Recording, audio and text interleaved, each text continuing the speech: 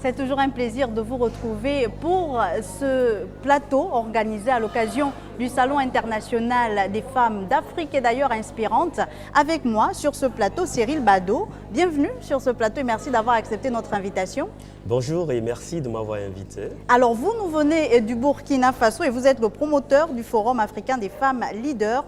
Déjà, peut-être nous expliquer comment appréciez-vous cette initiative, ce salon qui se tient du côté de Libreville au Gabon?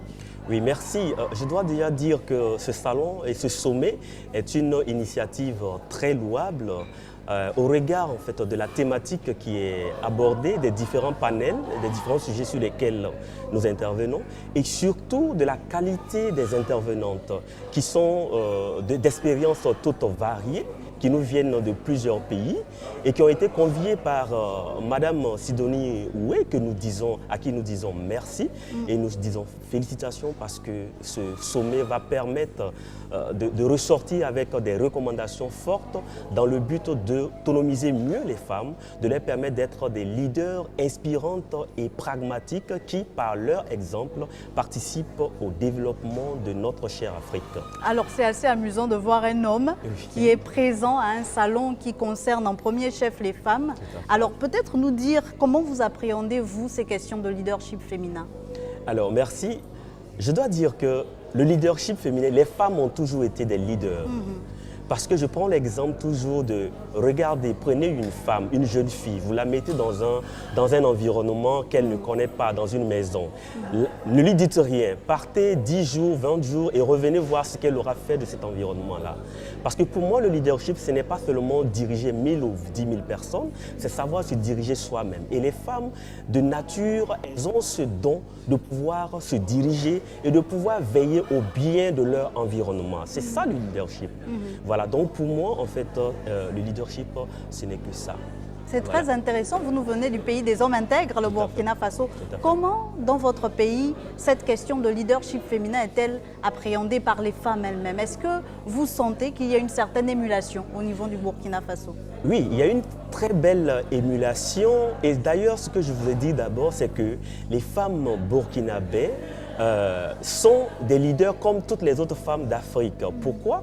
Parce que de tout temps, elles ont été celles-là qui veillent au grain de la survie de notre société. Elles donnent la vie, certes, mais au-delà, quand vous prenez par exemple nos économies africaines, elles sont détenues à plus de 60% par des femmes. C'est elles qui prennent en charge la plupart du temps autant leur mari, mais les enfants et donc la communauté. Et au Burkina Faso, nous avons des femmes fortes, des femmes qui, avec l'avènement en fait, du président Thomas Sankara, j'allais dire d'abord Thomas Sankara, qui a décrété le 8 mars comme une journée chômée payée, qui permet en fait aux hommes et qui a demandé aux hommes ce jour-là de mettre les femmes à l'honneur.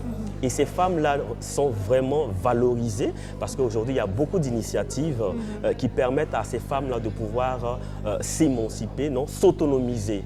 Et le président d'ailleurs, le président Roch, son excellence Roch Kaboré, qui a fait par exemple de la question de leadership féminin, de l'autonomisation de la femme, une priorité.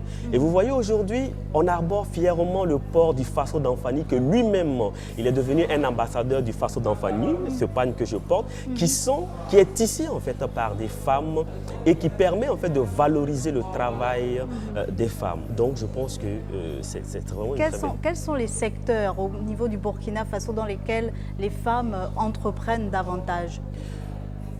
Malheureusement, ce que je veux dire, c'est que les femmes sont beaucoup plus recluses dans tout ce qui est activité générative de revenus social, c'est-à-dire le commerce, l'agriculture. Voilà, c'est autour de ça qu'on retrouve beaucoup de femmes.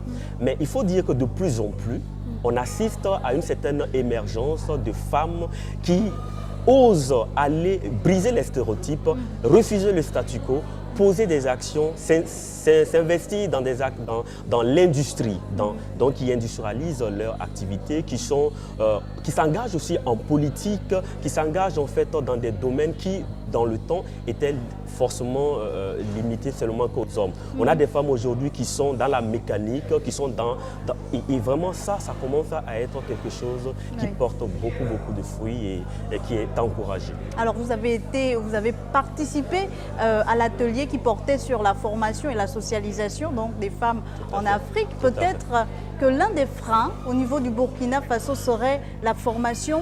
Quelles sont les initiatives dans votre pays qui sont mises en place pour aller vers ces femmes-là, pour les emmener à s'autonomiser, pour les amener à se lever et à prendre conscience de leur rôle? Oui, au Burkina Faso, oui, la question de l'éducation, la question de l'instruction et qui va aboutir à la socialisation est très capitale. Déjà, est-ce qu'au niveau de l'éducation formelle, il y a un accès équitable entre les hommes et les femmes? Oui, de plus en plus, on donne la possibilité, il est même exigé que les femmes aient les mêmes droits. On incite beaucoup les parents à envoyer leurs filles à l'école se former parce que c'est de là que viendra en fait plus tard leur autonomisation. Et il y a beaucoup d'initiatives au niveau du Burkina et donc du gouvernement qui mettent en place des mécanismes pour accompagner les femmes sous la tutelle en fait du ministère de la femme, de la solidarité nationale, de la famille et j'allais dire qui met en place des fonds. On a le FARF, on a beaucoup de fonds qui aujourd'hui permettent aux femmes d'accéder plus facilement au crédit, qui les organisent, qui leur permettent d'affirmer leur leadership. Au-delà de ça, il y a la société civile qui aujourd'hui est devenue un maillon fort en fait, dans le processus en fait, d'émancipation ou bien d'autonomisation de la femme, qui organise beaucoup d'ateliers de formation, qui organise beaucoup de forums, de discussions, d'échanges, qui permet en fait cet éveil des consciences pour permettre à la femme non seulement de s'assumer en tant que membre à part entière de cet environnement, de ce développement-là, qu'elle s'assume mieux et qu'elle puisse être vraiment j'allais dire un contrepoids, parce qu'aujourd'hui, les femmes ont toujours été, on dit derrière un grand homme se cache une femme. Mais aujourd'hui, le combat, c'est d'amener les femmes à être aux côtés de l'homme, d'être à part entière, l'égale de l'homme sur certaines questions pour que dans la complémentarité, nous puissions en fait aller au développement de cette Afrique si chère à notre homme. Alors pour ces femmes qui se sont déjà lancées dans l'entrepreneuriat, qui ont déjà leur part d'activité, il y a certaines, par exemple pour celles évoluant dans le secteur agricole, qui se plaignent du climat ou du moins des terres qui ne sont pas parfois très cultivables. À ce niveau, est-ce qu'il y a une sorte de complémentarité ou une sorte d'accompagnement de l'État pour ces femmes-là, peut-être en mettant en place des mécanismes qui permettraient d'irriguer de l'eau à certains endroits et leur permettre de cultiver leurs terres? Oui, elles existent en fait, ces initiatives qui permettent de plus en plus aux femmes d'avoir la possibilité d'accéder à un certain nombre d'éléments qui participent au développement de leurs activités génératrices de revenus, donc à pouvoir développer. Si vous avez des exemples, n'hésitez pas à les citer. D'accord. Ce que je veux dire en plus de cela, c'est que dans le cadre en fait, de cette autonomisation de la femme, il y a, je crois même au niveau en fait, des textes qui sont pris à l'Assemblée nationale, qui favorisent en fait, l'accès des femmes comment on appelle ça, au titre de propriété. Parce que c'est des questions qui sont en discussion. Des questions de foncier. Parce qu'aujourd'hui, on ne peut pas demander aux femmes de pouvoir s'autonomiser, de pouvoir avoir accès au crédit, tout en sachant que les banques, les institutions financières réclament un certain nombre de garanties qui sont soit la propriété immobilière ou autre.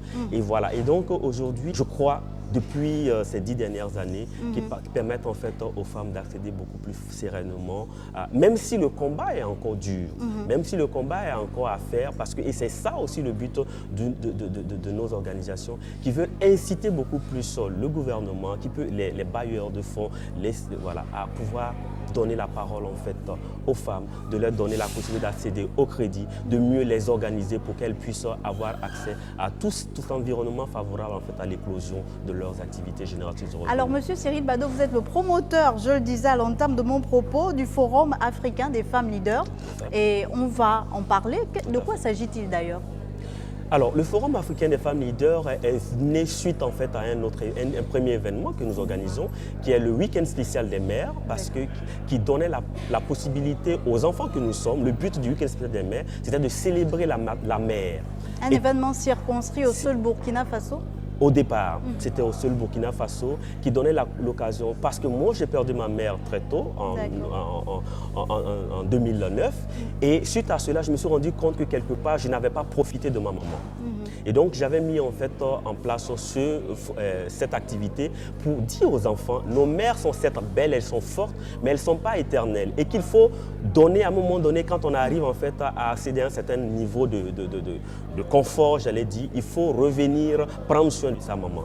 Et nous nous sommes rendus compte que cette activité était plus ou moins limitée, parce qu'il y a beaucoup de femmes qui se plaignaient que, étant donné que je suis une jeune fille ou bien que je ne suis pas une mère, je ne me sens pas concernée. Aujourd'hui, il y a le Forum africain des femmes leaders, lancé en 2017, qui permet sur 4 plateformes, de pouvoir permettre aux femmes non seulement de s'autonomiser. Donc nous avons la plateforme renforcement de capacité des femmes d'agir, de penser et d'agir, parce que pour que les femmes soient autonomisées, il faut qu'elles soient bien formées, qu'elles aient accès à la bonne information pour pouvoir mieux décider de ce qu'elles veulent faire. Deuxièmement, il faut qu'elles aient un espace où elles font la promotion tant de leurs activités génératrices de revenus, donc commerciales, mais aussi culturelles, parce qu'il y a des femmes qui sont dans la musique, dans la mode, qui n'ont souvent pas ces accès-là.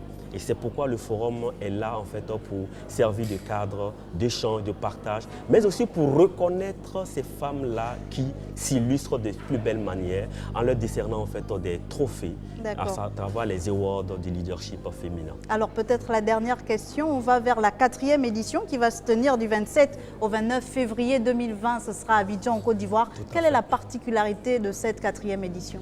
La particularité de cette 4e édition, c'est d'abord que nous sortons pour la première fois du Burkina. Les 3 éditions précédentes ont été faites au Burkina. Donc nous voulons en fait, dans la vision panafricaine du forum, c'est de pouvoir sillonner et faire partager cela à l'Afrique. La deuxième chose, c'est que c'est la thématique. Nous allons porter sur l'accès, le leadership féminin et la participation des femmes aux instances de décision.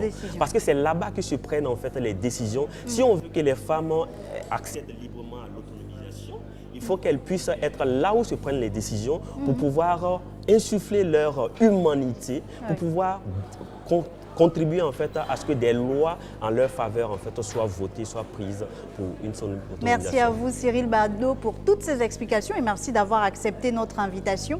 Je rappelle que vous nous venez du Burkina Faso et que vous êtes le promoteur du Forum africain des femmes leaders. Merci encore d'être passé. C'est moi qui vous remercie et allez, merci pour cette opportunité et bon vent à Gabon 24. Bon vent également à vous et à vos initiatives et merci à vous chers téléspectateurs. Je vous dis à très vite sur Gabon 24.